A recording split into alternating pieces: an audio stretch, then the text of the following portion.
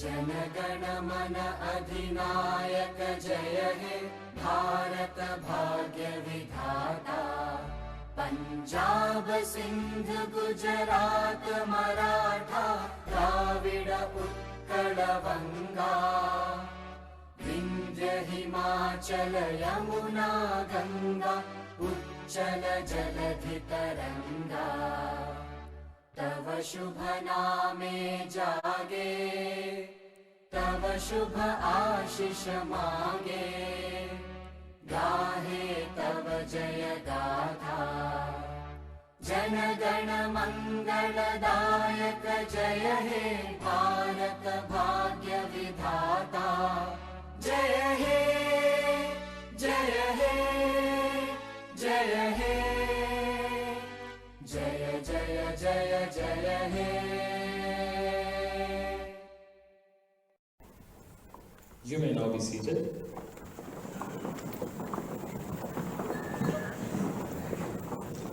It is now my pleasure to invite the High Commissioner of India to New Zealand, His Excellency Mr. Muktesh Pardeshi, to address the gathering. Tena kotu, tena kotu, tena kotu kato. Honorable Minister Michael Wood, Honorable Minister Priyanca Radhakrishnan, Right Honorable Sir Anand Satyanand, Ambassadors and High Commissioners, Honorable Members of Parliament, and I would like to acknowledge the gracious presence of Honorable Dr. Gaurav Sharma, Honorable Greg O'Connor, Honorable Chris Bishop, Honorable Paul Eagle, Honorable Ibrahim Omer, His Worship, the Mayor of Wellington and Foster, Her Worship, the Mayor of Ōhāriu, Anita Baker, His Worship, the Mayor of Palmerston North, Grant Smith, Councillor Shazly Rasheed, representing Mayor of Hutt City, Chief Executives, Commissioner of Police Mr. Andrew Coster, Chief of Army Major General John Moster, Ambassador Andrew Deeks, and all distinguished colleagues from MFAT, Honorary Consul of India in Auckland, Mr. Bhav Dhillon, friends from business, media and culture, representatives of the Indian community and the office bearers of Wellington Indian Association, Excellencies, ladies and gentlemen. Namaskar and a very warm welcome to the celebration of 71st anniversary of India's Republic Day at the premises of Wellington Indian Association. India, having achieved its independence in August 1947, adopted a new constitution, declaring it as a republic on 26 January 1950. On this day, we celebrate our collective achievements as a nation which distinguishes itself as an ancient civilization, the largest democracy and one of the biggest economies in the world. This Republic Day celebration is taking place against a backdrop of a global pandemic. In dealing with the crisis, New Zealand has emerged as a role model. During a difficult year, the High Commission and my colleagues, we were at the forefront of looking after the welfare of distressed Indians by providing them help in the form of food, shelter, transportation of mortal remains, arranging funerals and the repatriation of more than 3,500 stranded Indians by special flights. In India, we have recently embarked on the world's largest vaccination exercise. After about a year of unprecedented ordeal, India today stands not despondent but confident. The slowdown is turning out to be transitory as the economy is regaining its dynamism. It has been a year and a half for me serving as the High Commissioner of India to New Zealand. During this period, I have felt a strong and mutual desire on both sides to take the relationship forward. Our diplomatic engagement with New Zealand and the countries in the Pacific is inspired by India's Act East policy and the vision of Indo-Pacific as an area of shared economic growth. Just before the global pandemic hit us hard, the then Deputy Prime Minister, Mr. Winston Peters, visited India in late February last year, during which he was accompanied by Minister of Trade and Export Growth and a high-level business delegation. Bilateral trade has grown in the last 5 years, with the trade in services having more than doubled. However, there is a huge untapped business potential. We are working on a business partnership focusing on technology, innovation, and best practices. With this objective in mind, I am pleased to announce holding of a 2-day India-New Zealand Business Summit on March 18 and 19 in Auckland. This is being organized by India-New Zealand Business Council. Both India and New Zealand became independent from the British rule in 1947. Our diplomatic relationship was founded within a few years of our independence, which has evolved into a beneficial partnership over the last decades. Not many people know that a Trade Commissioner's office was opened in Wellington in 1950, which was soon upgraded to High Commission in 1952. India was one of the first Asian countries to have established a diplomatic post in Wellington. This year, when we are marking 7 decades of our diplomatic relationship, our dream of moving to a modern and spacious High Commission building will be realized later this year. We intend to make our new premises a hub of social, cultural, and community activities in the heart of Wellington. Our bilateral relationship rests on a strong foundation of shared history and people-to-people contacts which began in the late 19th century. There are about 250,000 persons of Indian origin now living and doing well in New Zealand, comprising almost 5% of New Zealand's population and contributing 10 billion to New Zealand economy, according to a recent report. Hindi today is the fourth most commonly spoken language in New Zealand.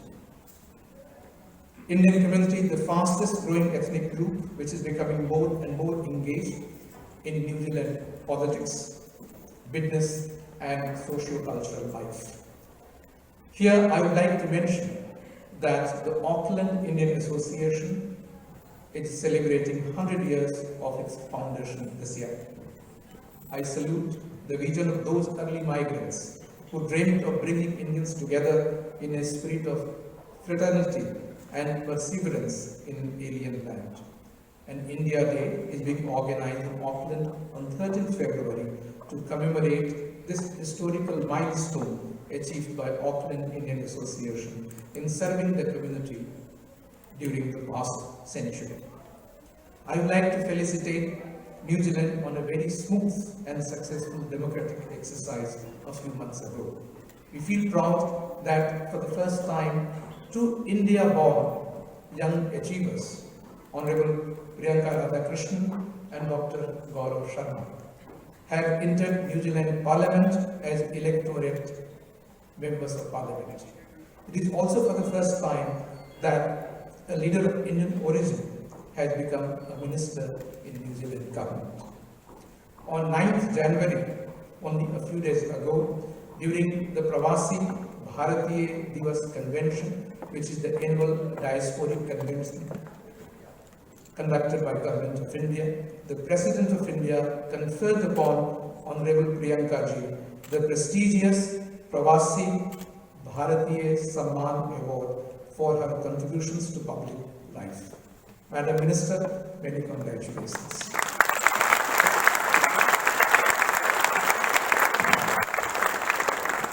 Today, we have more than 30 million people of Indian origin living in different countries. We welcome our diaspora to remain connected with India and contribute to the achievement of national goals of peace, prosperity, and development. With these brief remarks, I would like to invite you to raise a toast.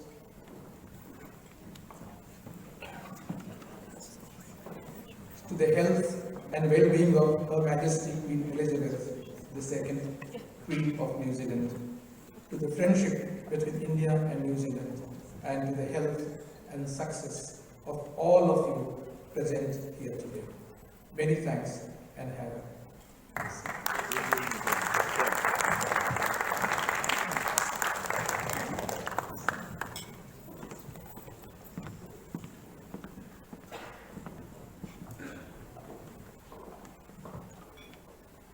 It is now my pleasure to invite His Excellency Mr. Andrew Needs to please address the gathering. Mana, ina leo, ina hau e wha, na mihi ki koutou katoa. Namaskar. Your Excellency, Rakhi Pardeshi, Ministers, Members of Parliament, Excellencies, distinguished guests, members of the Indian community, ladies and gentlemen. On behalf of the people and government of New Zealand, it's my honour to congratulate Your Excellency on the 71st Republic Day of India. I'd like to thank my speechwriters for this great speech, but seeing as the High Commissioner has nabbed most of my lines, I'm going to have to edit as I go along, so bear with me, please. We seem to get into this is a regular habit because I'm so polite, he goes first and then pinches my lines. Anyway, today's celebrations are a timely reminder of the warmth of the friendship between our two countries and of the close ties that bind our people and communities. Our shared democratic traditions, our historical connections, our common interests in a peaceful and prosperous Indo-Pacific region, and our passion for cricket have ensured that India and New Zealand have much to celebrate together. We're also especially mindful today of a vibrant and sizable community of New Zealanders of Indian descent who have chosen to make Aotearoa their home and whose contribution here is immense and highly valued. And as we face the unprecedented challenges of COVID-19, now more than ever, it's crucial for friends like India and New Zealand to cooperate in support of the multilateral system and the global health and economic recovery we all require. We do so from a strong base, with new areas of cooperation having emerged from the pandemic, including, as the High Commissioner mentioned, the work that has gone in by many people facilitating pathways between our countries for those seeking to travel home in the midst of global travel disruptions. We hope that the advanced connectivity will be an enduring feature of what we hope rapidly becomes a post-COVID landscape, helping to facilitate deeper people-to-people, cultural, supply chain and trade and economic links between our countries. And while at present it's not possible to have face-to-face engagement between our two governments, in fact India, as the High Commissioner said, was the last place that a government minister visited. Minister Radhakrishnan was there. That was completed about a year ago. I was just talking to Commissioner Costa before that last time we spoke, and he not only had a beard, we were sitting here talking about this place called Wuhan, how the world has changed in that 12 months. So we're very much focusing on the opportunity to maintain and enhance those connections. We have virtual foreign ministry consultations coming up. They're never as good as the real thing. For starters, you don't get to travel to exotic places like India. They will be an important opportunity to celebrate our important relationship and agree on ways to deepen our linkages even further. Your Excellency, I want to offer our congratulations and best wishes to yourself and to the Indian community on this special day when we celebrate the adoption of India's constitution. Mā pango, mā whero, ka oti te mahi. Nō reira, tēnā koutou, tēnā koutou, tēnā koutou katoa.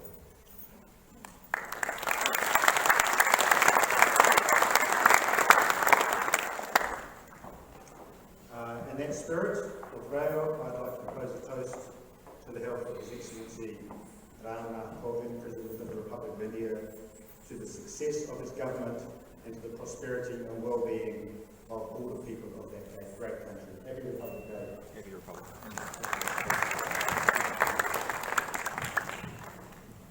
Thank you, Excellencies. Now I would like to request some dignitaries to join us on the stage for a group photo. Honorable Minister Michael Will, Honorable Minister Priyanca Radhakrishnan, Right Honorable Sir Anand Satyanand, Dr. Gaurav Sharma, Honorable Greg O'Connor, Honorable Paul Eagle, Honorable Ibrahim Omer, Honorable Chris Bishop, His Worship the Mayor of Wellington Andy Foster, Her Worship the Mayor of Ōhāriu Anita Baker, His Worship the Mayor of Palmerston North Grant Smith, Ms. Shazly Rasheed, Mr. Andrew Costa, New Zealand Commissioner of Police, Honorary Consul of India in Auckland Mr. Bhav Dhillon, Major General of John Boswell.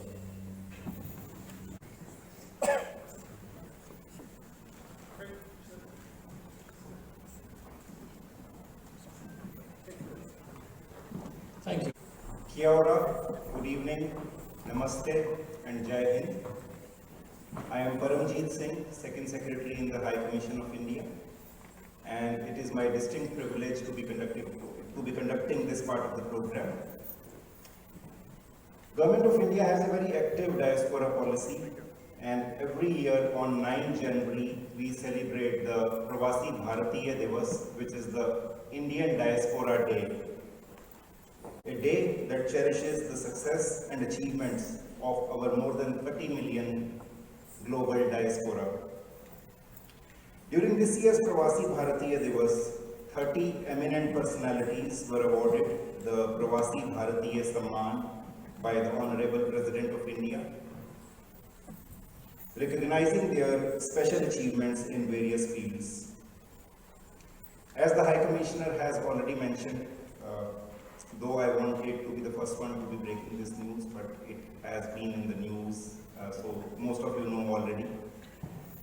And it gives us immense happiness to say that from New Zealand, Honorable Priyanca Radhakrishnan, Minister of Community and Voluntary Sector, Diversity, Inclusion and Ethnic Communities, Youth, Social Development and Employment, lots of portfolios, has been conferred this award. With this, she joins a distinguished league of 6 previous recipients of the Samman from New Zealand, who are Dame Sukhi Turner, Judge Ajit Swaran Singh, Right Honorable Sir Anand Satyanand, Dr. Satyendra Singh, Mr. Kawaljit Singh Bakshi, and Mr. Bhav Dhillon. Honorable Priyanca Radhakrishnan, who hails from the Indian state of Kerala, came to New Zealand as a young student in 2004, and after joining the Labour Party in 2006, she very quickly moved up the ranks to first become a Member of Parliament in 2017, and then to be appointed the first person of Indian origin as a Minister in New Zealand government in 2020. After she, along with Dr. Gaurav Sharma, became the first ever persons of Indian origin to have won electoral constituencies. Her success takes forward the journey that started with Dame Sukhi Turner becoming the first Mayor of Indian origin in New Zealand in 1995. I will now call upon His Excellency Mr. Muktesh Pardeshi to felicitate Honorable Priyanca Radhakrishnan by presenting her with a shawl.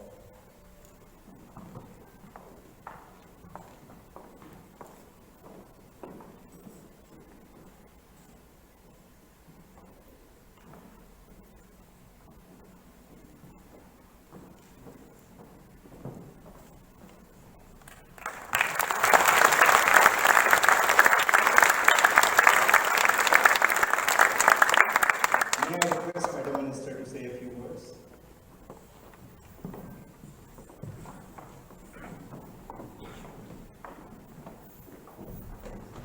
Namaskar. In my mother tongue, Namaskaram. Tinakorta Katua. Can I begin by saying a happy Republic, wishing you all a very happy Republic Day and Happy New Year as well, as it's the first time that I'm seeing many of you in 2021. Can I also acknowledge Your Excellency Mr. Muktesh Pardeshi, Mrs. Rakhi Pardeshi, for today's event, and also for the part that you played in the Pravasi Bharatiya Samman Award that I received earlier this year.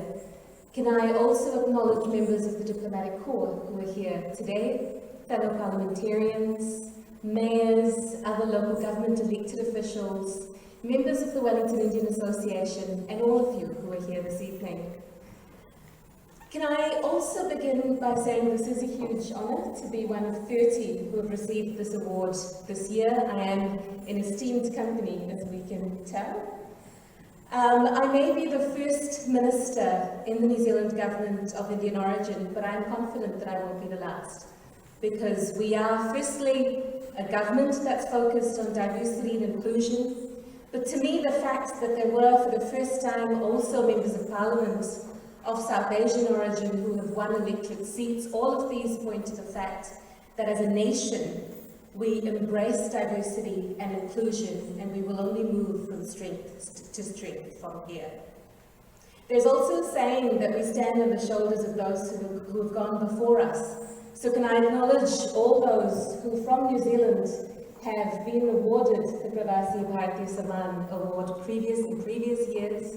Can I also acknowledge many amongst you who have broken molds and ceilings to be the first and achieve in your chosen fields over the years. It is on your shoulders that I stand here today, and I will do my very best to continue that legacy so that others who go after us will achieve and be the firsts in their chosen fields as well.